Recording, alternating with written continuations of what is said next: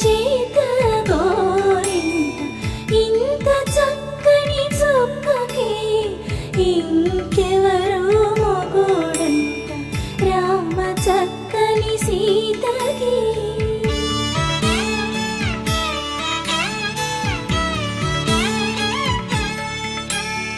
పుడతవి పునరేలు విడిచిన పుడమియల్లుడు రాముడే